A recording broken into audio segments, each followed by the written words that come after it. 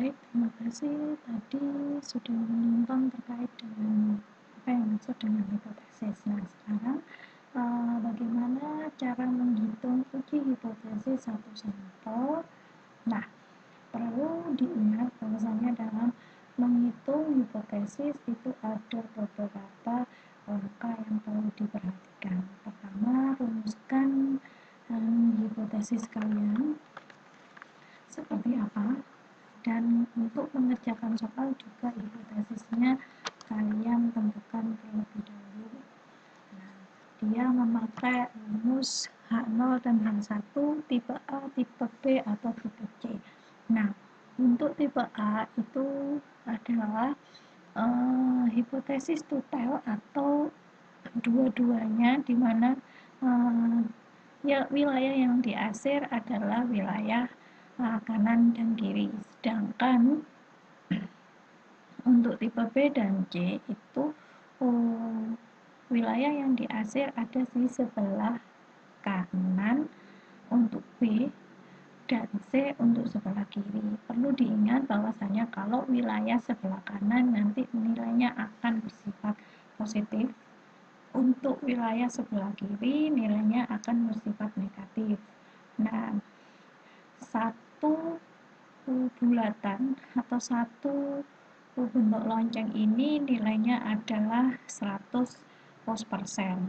Nah, ketika menghitung nilai hipotesisnya, kalau misalnya dua-duanya berarti 100%, berarti dibagi 2, yaitu 50 dibagi 2%. Nah, seperti itu. Untuk yang satu, tipe 1, itu hanya satu yang dihitung, yaitu sebesar 50%. Nah, tergantung dari permintaan soalnya nanti. Nah, kedua, menentukan taraf signifikan alfanya itu ada 1%, 5%, dan 10%. Biasanya dalam suatu soal itu sudah diketahui dia melakukan uji hipotesis dengan sifat signifikannya 1% atau 5% atau 10%. Nah, yang ketiga, menentukan uji statistik satu sampel. N lebih besar dari 30, populasi normal dan varian. Nah, ketika N-nya lebih dari 30, populasi normal, variannya tidak diketahui. Sedangkan untuk uji tes, populasi normal dan variannya diketahui. Nah, ketika menggunakan uji hipotesis, kita lihat dulu berapa besarnya sampelnya. Nah, kalau misalnya sampelnya lebih dari 30, artinya kalian harus menggunakan rumus atau uji sampel dalam bentuk formula Z. Nah, sedangkan kalau N-nya kurang dari 30, kalian harus menggunakan hitungnya t-test. Nah, terus keempat, menentukan nilai kritis dan daerah kritis berdasarkan tingkat signifikan yang telah ditentukan, dan kelima, menentukan limit kritisnya. Nah, dari uji hipotesis satu sampel itu adanya 6 langkah yang harus kalian perhatikan. Nah, ini adalah contoh sebuah soal. Pertama, seorang pengusaha kopi mengatakan bahwa dia telah menemukan cara baru untuk memproduksi kopi dengan ketahanan kopi rata-rata 8 kilo. Seorang peneliti ingin mengetahui apakah klaim pengusaha tersebut benar.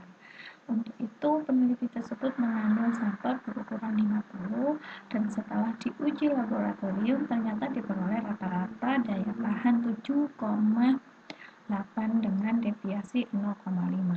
Bagaimana kesimpulan uji tersebut jika diambil alfanya atau tingkat signifikannya 1%? Nah, kita pertama yang diketahui adalah C.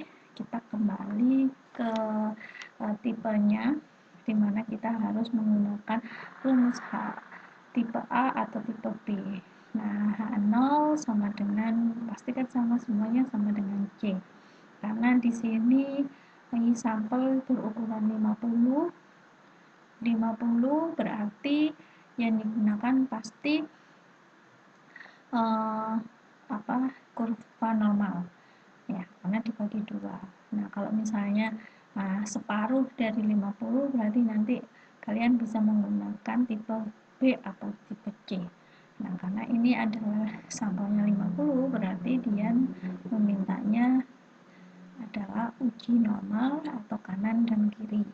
Nah, setelah itu sampelnya adalah rata-ratanya normalnya X bar.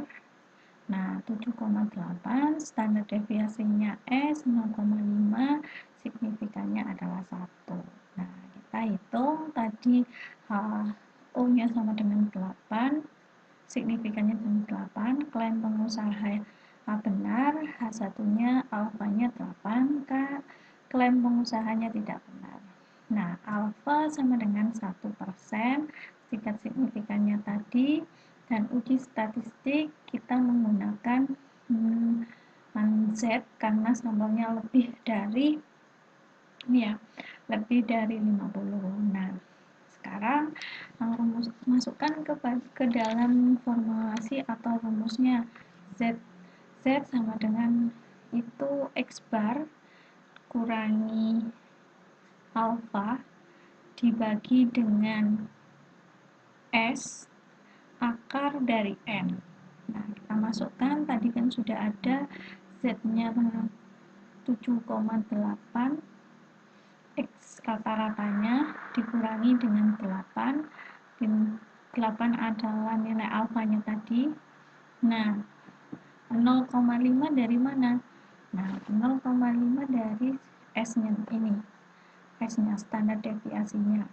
Nah, baru dibagi dengan N-nya adalah jumlahnya tadi. Jumlahnya sampelnya adalah 50 ini.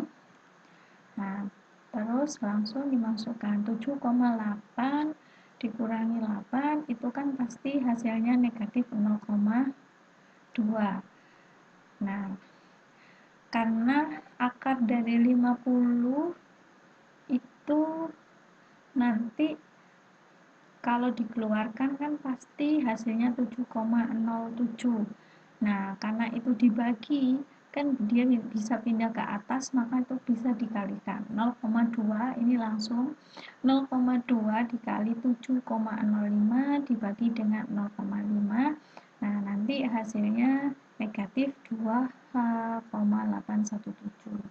Nah, keempat yaitu merumuskan menggunakan Z karena sampelnya lebih dari 30. Nah, sekarang daerah kritis atau disebut dengan DK, kita lihat signifikannya tadi 1%, karena sampelnya yang diminta 50, maka distribusinya yang digunakan adalah detailnya tadi. Nah, ini alfanya kan tadi udah tahu ya, 1% berarti karena sampel yang diminta adalah distribusi normal atau 2 ya, dalam satu gundukan ini kalau penuh adalah 100, satu kayak bola lonceng itu adalah 100%.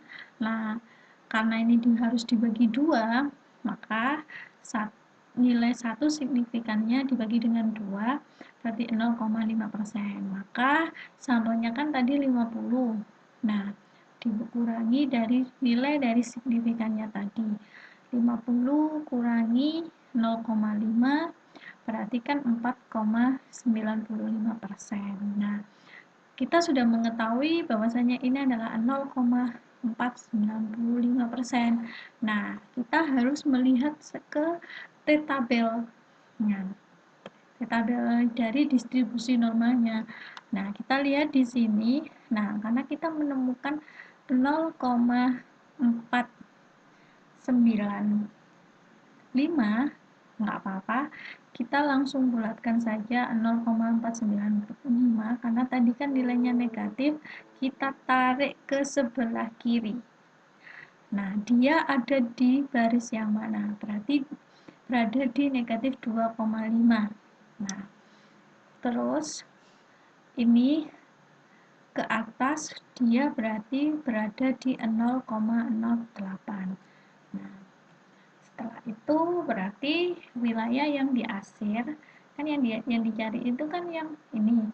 Nah, berarti hasilnya dari 0,4095 tadi, hasil T-tabelnya yaitu 2,5 ke kiri dan 0,8 ke atas.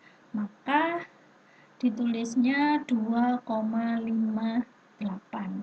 Jadi Z lebih besar dari 2,58, maka Z kurang dari 2,58 untuk formulasinya. Nah, untuk formulasinya dari hasil LT-nya tadi, maka kita lihat wilayah yang diasir dari hasil tadi kan hasilnya negatif kan ya, 0,258 itu masuk yang di wilayah di asir sini atau enggak. Nah, karena negatif berarti kan arahnya sebelah kiri.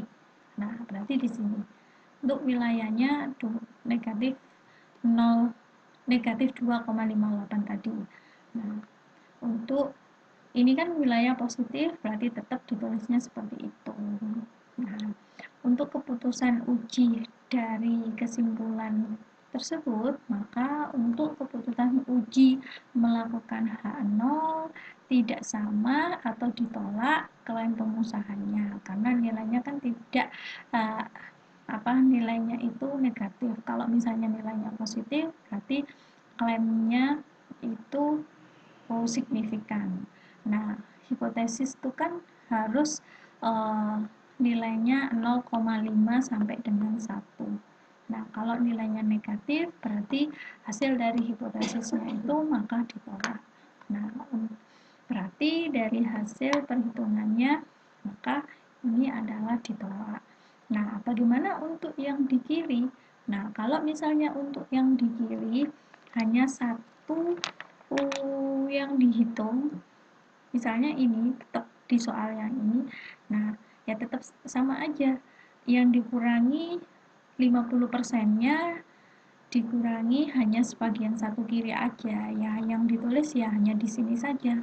Nah, tergantung nanti nilainya dia bernilai negatif. Kalau negatif yang diasir hanya sebelah kiri, kalau misalnya positif berarti hanya di sebelah kanan. Ya, langkahnya sama dengan dua total tadi, tapi hanya saja nanti kita lihat hasilnya dia bersifat negatif atau positif. Hanya itu aja. Terima kasih, semoga bermanfaat.